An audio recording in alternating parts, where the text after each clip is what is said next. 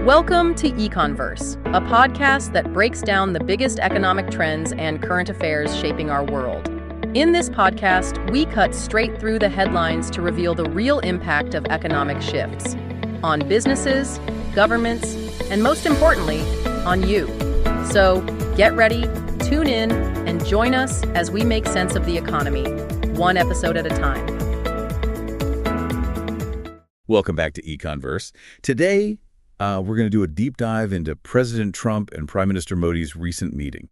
Now, this wasn't just like some handshake photo op, right? This was a seriously big deal packed with trade deals, defense agreements, and maybe even some hints at like a whole new global trade route.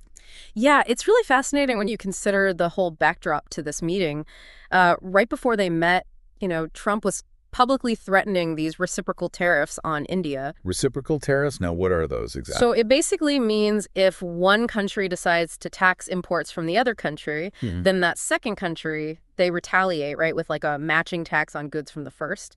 It can escalate trade tensions really, really fast. Oh, I see. So like a trade war. Exactly. And some initial estimates from Capital Economics, they suggest that India could actually be one of the hardest hit countries if a trade war were to break out. Wow, that sounds pretty serious. Yeah, it really is, especially when you consider that, India also have its own value-added tax, the VAT. It's like a sales tax, essentially. Right. So you've got these two layers of potential taxation, right? Tariffs and VAT.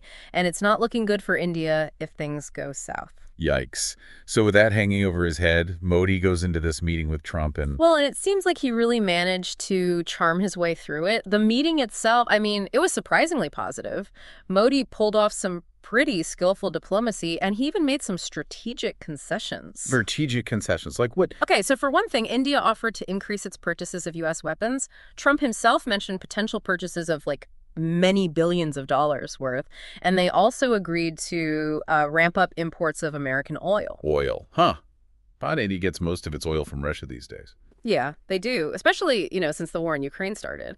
But with the discount on that Russian oil kind of shrinking, increasing imports from the U.S., well, it might not be as painful as it sounds. It could be a strategic move for India to diversify their energy sources and show some goodwill to the U.S. at the same time. Yeah, makes sense. So more weapons and oil for the U.S. What else did Modi offer? Well, they've agreed to speed up talks on a free trade agreement between India and the U.S. And get this, Modi even echoed Trump's famous Make America Great Again slogan, and he promised to make India great again, too. Make India great again. Wow, that's pretty bold. Do you think there's anything to that, or was it just to get on Trump's good side? It's hard to say for sure, right? It could just be rhetoric, but it also might actually signal a genuine desire to, align Indian economic policy with what the U.S. wants. Either way, it's a pretty interesting detail. So, about this trade deal. The news says they want to double bilateral trade to $500 billion by 2030. Is that even possible? Well, it's certainly ambitious.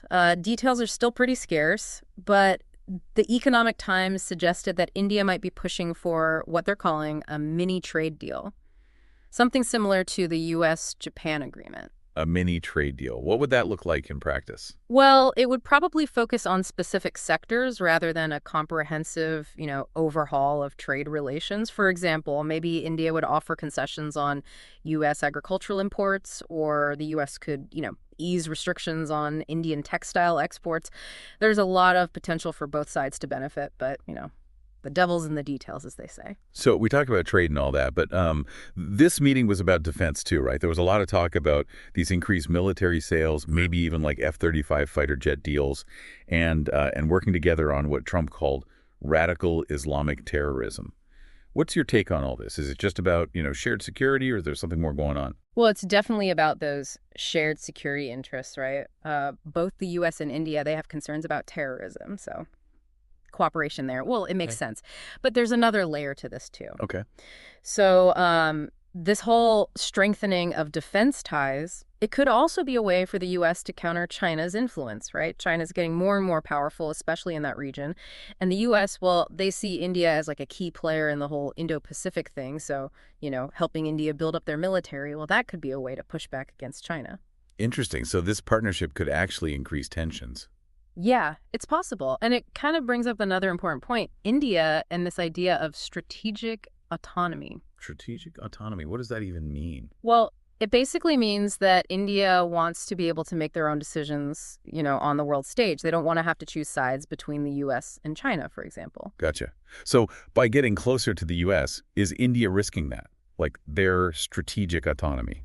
It's a tough balancing act. They have to weigh the benefits of this partnership, right, against the risks of becoming too reliant on the U.S. Yeah, that makes sense. Okay, so we've got trade, defense, this whole strategic autonomy thing.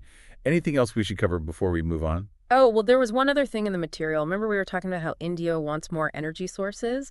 Well, part of that seems to be that they're looking into U.S. nuclear technology. Yeah. And then there's that interesting little detail about Modi and Elon Musk meeting. Wait, Modi met with Elon Musk. I don't remember that in the news. Yeah, it wasn't, widely reported, but it's mentioned a few times. And now people are trying to guess what they talked about.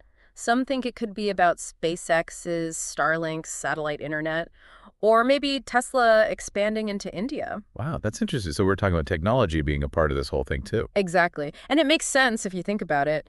The U.S. is a leader in technology, and India's tech sector is growing super fast. There's a lot of potential there. Yeah, it sounds like this meeting was about way more than just trade and defense. It could be like the start of this bigger partnership, right? Yeah. Across tons of areas, from energy and tech to defense and all this geopolitical stuff. Definitely. But let's not get too ahead of ourselves. We're still pretty early on here. Right, right. So let's zoom out for a second and look at the bigger picture. What does the economy look like for India overall right now? Well, Capital Economics is saying that the Indian rupee and stock market are going to weaken even more, which isn't great news. But they also think that the Reserve Bank of India is going to cut interest rates further. Interest rate cuts. I'm no expert, but I thought lower interest rates were good for the economy. They can be. I mean, lower rates usually make it cheaper to borrow money, which can then stimulate the economy, encourage businesses to invest and all that. But I also thought it could lead to inflation. That's true. It can make it easier for prices to rise, which isn't good for consumers, because then their money doesn't go as far. It's a really tough balance. So putting this all together, the Modi-Trump meeting, the economic forecasts, what does it mean for India going forward, their economic growth? That is the million-dollar question. It's hard to say for sure. There are just so many things at play, like the trade deals. Those could be great for some industries, but the tariffs could hurt others. And these defense partnerships could bring in money and make India safer, but they could also make things worse with China. And then there's the global economy, which is always unpredictable. It's complicated. But seriously, it's pretty clear that this meeting wasn't just about handshakes, right? And that brings us to the next part of our deep dive, where we'll explore who could win and who could lose from this partnership and try to answer the big question: what does all this mean for global trade? Okay, so let's talk global impact. If this whole partnership really takes off, what does it mean for the future of global trade? Well, you have to remember that in today's world, it's like everything's connected. So any big change in trade relationships is going to cause ripple effects, right, across the whole global economy. And this potential mega partnership, like Modi called it, yeah, that's no exception. So where would those ripples, start? Well, probably the most immediate impact would be on all these trade deals. If India and the U.S. can actually finish a free trade agreement, well, that would completely change how goods move between the two countries, and maybe even further. Free trade agreements, those usually mean lower taxes on goods, right? Exactly. Tariffs would probably be reduced, maybe even gone entirely, making goods cheaper and more competitive. Some industries in both countries could see huge benefits. For example? Well, think about American farmers. They could suddenly have way better access to India's market. It's huge. And on the other side, it could become much easier for Indian tech companies to, export their stuff to the U.S. So it's not just about India and the U.S. then. A free trade agreement between them could make other countries, scramble to change their own trade policies. Exactly. It could set off, a chain reaction. New agreements, new alliances, reshaping the whole global trade scene. And then you've got to think about the defense side of it, too. More military cooperation between India and the U.S. That's going to impact global arms sales for sure, and all those kind of delicate security alliances. Yeah, I bet countries like Russia and China won't be too happy about it. Oh, absolutely. Russia's been selling weapons to India for forever. More U.S. arms sales to India, well, that's a direct threat to their market, right? And China, they're already watching this whole thing very carefully. They see it as a challenge, to what they want in the region. So are we talking about more global tensions? could this partnership actually make the world more divided? It's definitely a risk, yeah.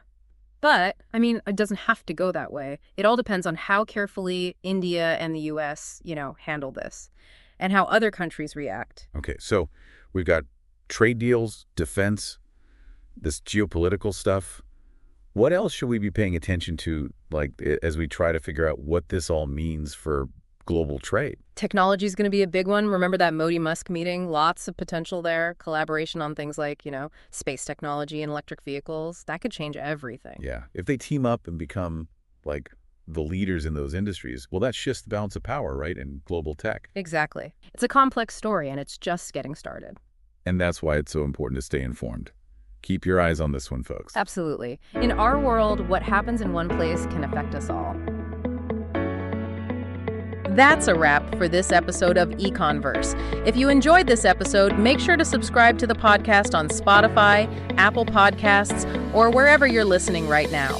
And if you're watching on YouTube, don't forget to hit that like button, subscribe, and turn on notifications so you never miss an episode. We'd love to hear from you.